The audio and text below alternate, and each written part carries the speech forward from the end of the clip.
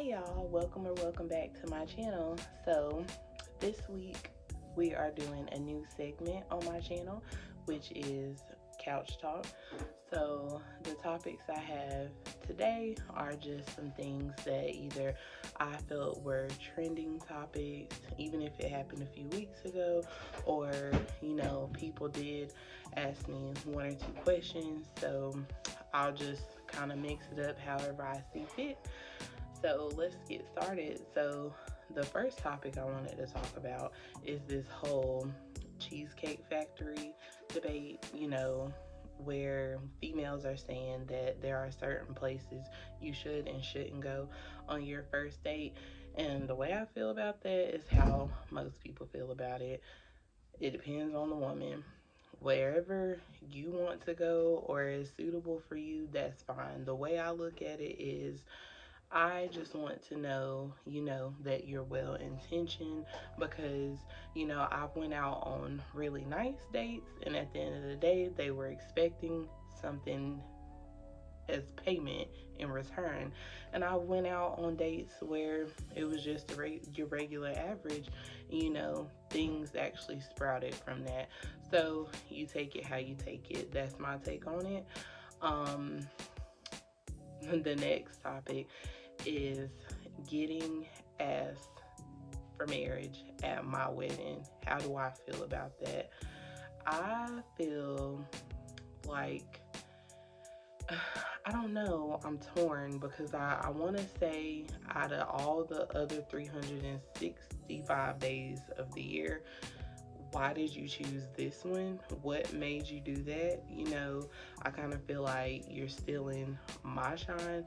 But then also, I'm the type of person where, I'm very humble, which that doesn't make you not humble, but the way my humbleness shows, you know, I think I would let it happen. But I would feel some type of way on the inside because like you had so many other days you could have done that. And this was just not the right one. Um, Something else I've really had on my mind is vision boards. I love the idea of vision boards. I actually had started making one last year in the new year, before the new year. And, I think that's a really great idea. I'm not gonna lie, I've never made one, but I feel like when you speak intentionally to God, the universe forces however you see it. And yes, y'all, I'm breastfeeding, but I told myself if they wake up from nap, I'm not gonna stop recording because the last 2 days I have stopped what I was doing because, you know, my kids are, just not allowing, but we not gonna worry about that. So, vision boards. I would love to make one before the new year. Um, Honestly, the top things that I want in the new year is stable finances. I've told y'all right now, finances are not stable. So next year, I would love to have a stable financial situation. I want peace in life. I want peace. Like, life just has not been peaceful for me this year. I've made peace out of it, but my mom has been in the hospital a few times. My aunt passed away. This year mentally was not peaceful. I had to fight a lot of wars and I won. I'm still here. I won. Um, so I just want peace next year. Um, and I want to keep the same state of mind that I have this year. I fought through so much anxiety, depression, and all that stuff. And so next year, when I have a better year, so next year, when experiences are better and things are going better, I still want to have the same mentality where, I don't just become complacent. If I'm not dealing with anxiety and depression, I want to fight hard to get the type of job I want. I want to fight hard to lose weight. which brings me to another topic. And I know I'm speeding through these, but I don't feel like I need to spend 3 minutes on each topic. But the next topic that I really wanted to talk about was weight loss. Um, is weight loss. And I have been on a weight loss journey honestly since I had my second child in 2020. Well, I was on a weight loss before I conceived her. So I've been on a weight loss journey since 2020, 2019, something like that.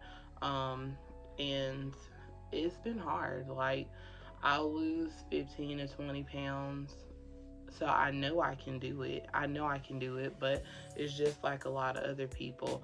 I tried to move too fast, cutting out so much stuff out of my diet, and then when I hit a stressful patch, I bring that stuff right back to my diet because, for some of us, I don't smoke. I only drink occasionally, or, the day have to be real rough for me to turn to alcohol, and that's not often. So for me, food, mainly sugary stuff, is the way I deal with my problems.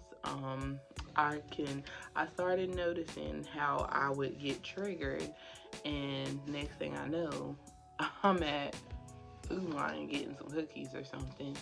And I know some of y'all probably laughing, but I really don't participate in a lot of stress relief. And it's crazy because um, the stress relief I do participate in kind of like are on totally different spectrums.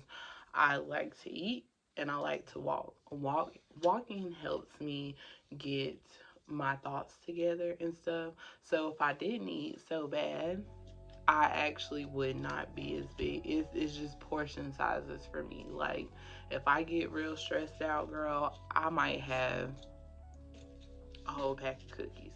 And I'm not talking about a whole pack of Oreos, but it's just as bad. Them 6 packs of the deli cookies that you can get from Food Lion, I'll have 6 of them. And they're probably about that big.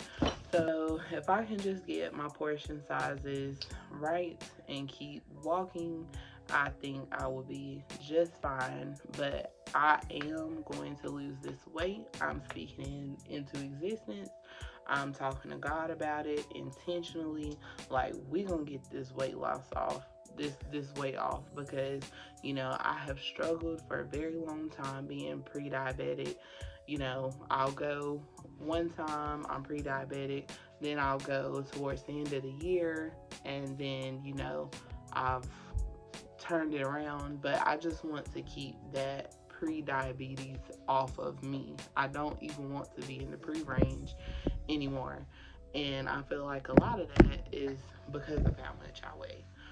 Um, the next thing I wanted to talk about is my mantra for the year of 2024.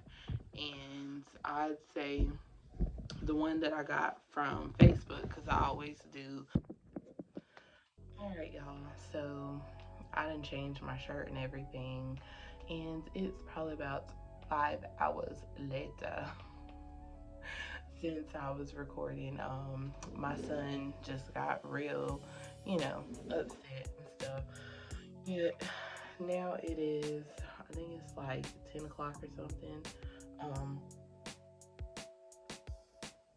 so I decided I wanted some wine so we could just chill and talk, loosen up a little bit. So I think the last thing I was talking about, and I'm acting like I'm recording this and I'm on a live or something, but the last thing I was talking about is my mantra for 2024. And I usually do this thing on Facebook where it's like the crossword, where the first 4 words you see is what you should go into 2024 focusing on. So mine was creations, money, lessons, and change. And I feel like all of these match the mood that I'm going into 2024 with. Creations, obviously, I'm trying to create some bomb ass content. Money, look at where I'm at, but where I'm trying to be, I need some money. The word of the day is job. So lessons, I feel like I'm definitely learning some lessons when it comes to family, being a sister, daughter, being a mom, a girlfriend. I'm definitely learning a lot of lessons about how I can better myself and how I would like to be treated, you know?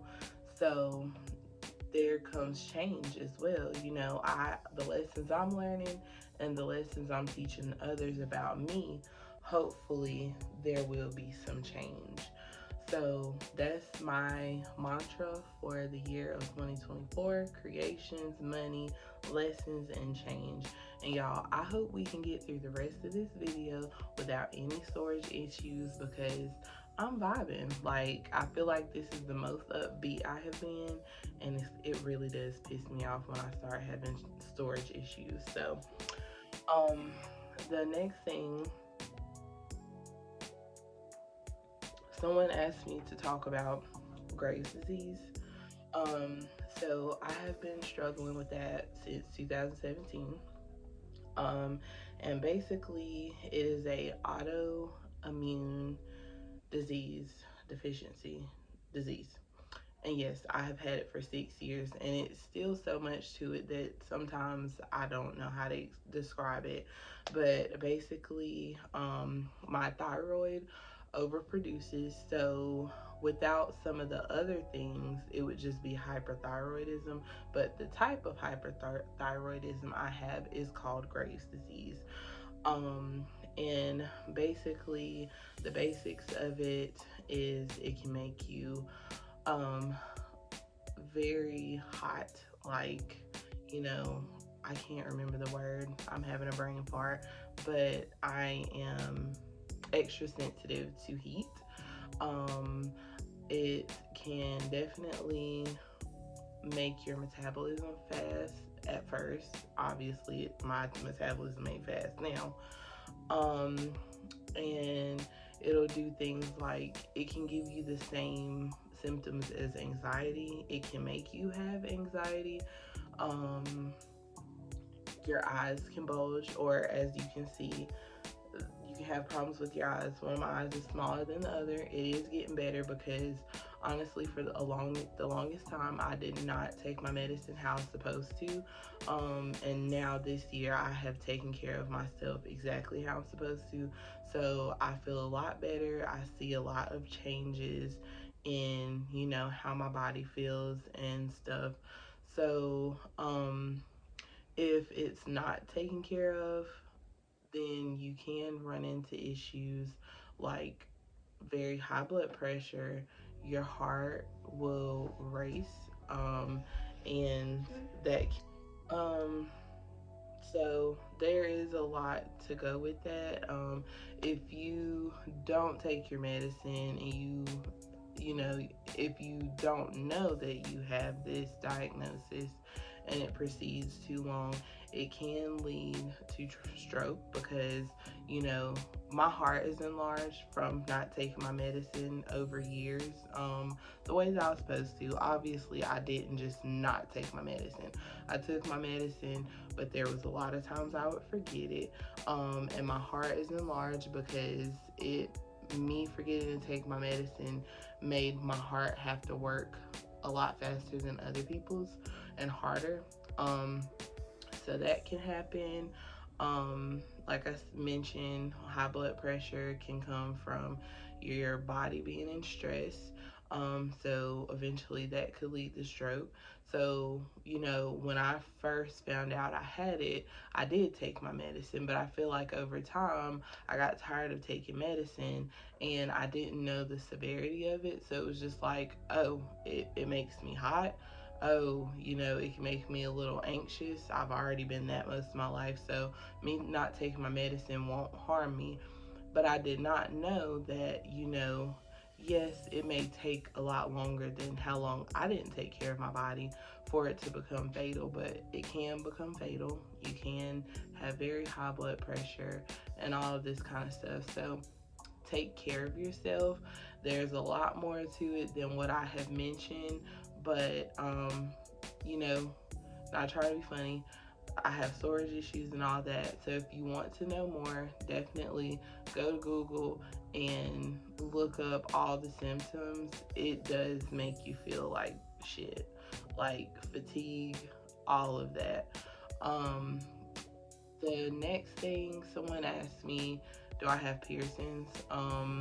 This was a question that I got, and yes, I do. Up here, then I have the two holes down here. Same thing on the other ear. Then I have my nose. I had my belly button, but once I got pregnant with my oldest, I took it out and I never went back and got it done. Um, then I really like this question. As a mom, what's your biggest challenges with filming? And as a mom, honey, it is hard to film, especially me.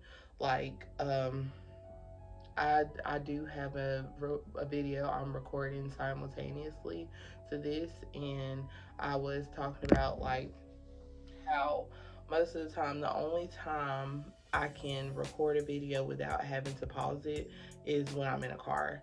And that's like after I've dropped the kids off from daycare and I leave to school and I leave my youngest here with his dad.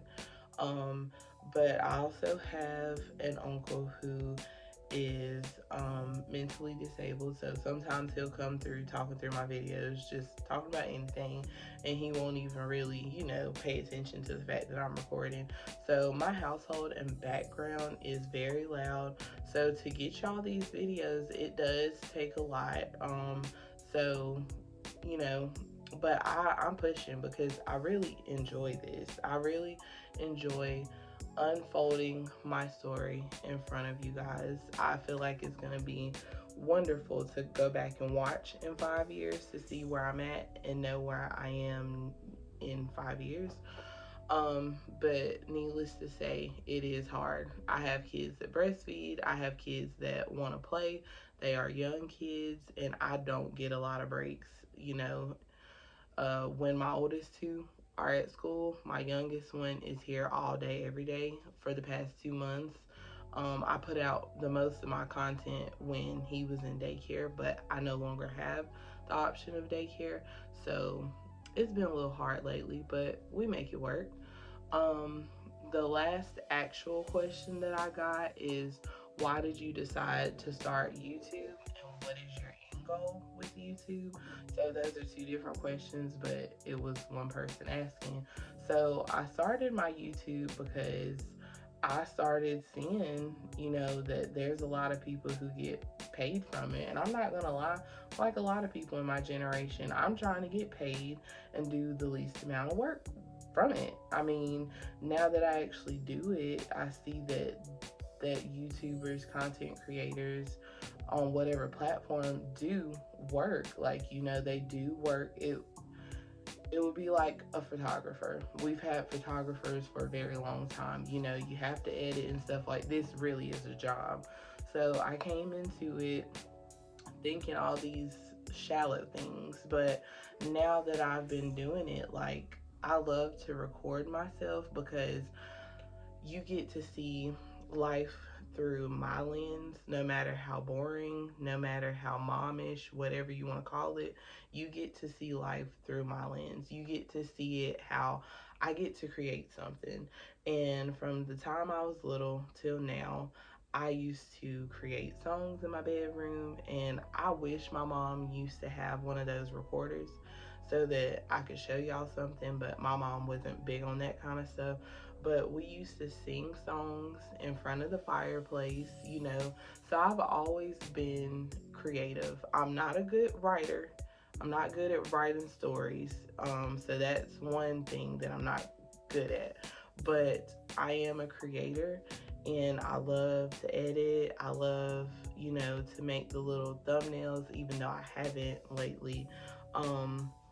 So that's why I started, just thinking I was gonna get some money and stuff like that, but it really is hard to get subscribers. Um, but my end goal with this is, even if I never get past 100 subscribers, I love getting on here and showing y'all that what real life looks like. Like a lot of YouTubers may get on here and just show you the pretty sides of life, and of course I'm not showing y'all how nasty my house is.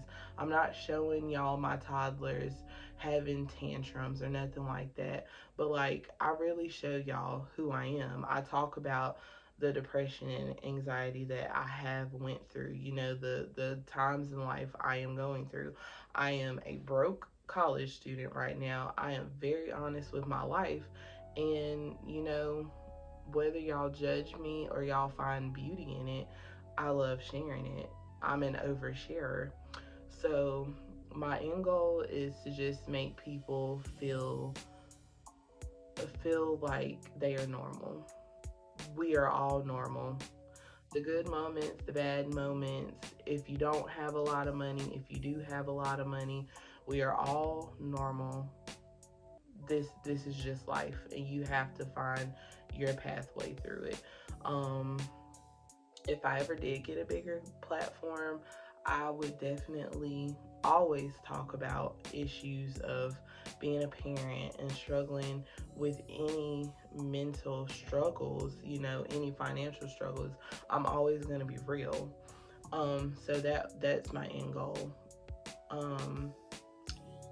And another thing that I wanted to talk about before I end this video, and I've talked about this probably before,